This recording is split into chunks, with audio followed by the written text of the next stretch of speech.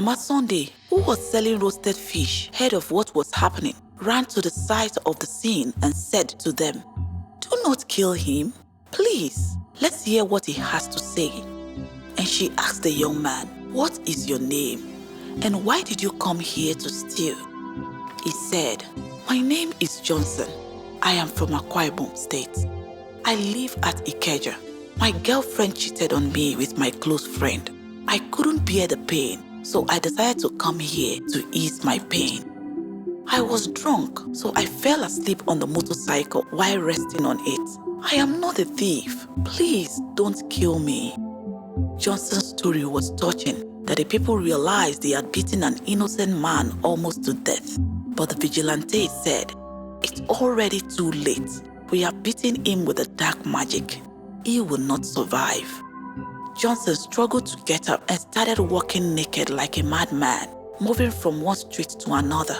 His head, eyes were swollen, his body inflicted with wounds, and he was unable to see clearly. Suddenly, Johnson heard a man preaching, and he raised his head. Behold, it was a church in front of him, so he struggled helplessly to ask for help from the pastor. When he got there, he fell in front of the pastor and uttered the phrase, "Please, water to drink." With compassion, the pastor's wife reached out to fetch him water. So in response, the pastor said, "Nobody should help him. He has been judged by God and is paying for his crimes. Take him away from my sight."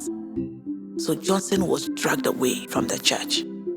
And due to the fear of dark magic, others as well were unwilling to offer him water, clothes, or take him to the hospital. Sadly, he couldn't bear the pain inflicted on his body anymore. Johnson fell and died on the road. His family, friends, and loved ones was unaware of what had happened to him. The guilt of his death haunted the people in Tipa Garage, and they blamed Musa for not knowing the facts before accusing the man wrongly. They blamed themselves for not investigating the facts before beating an innocent man to death.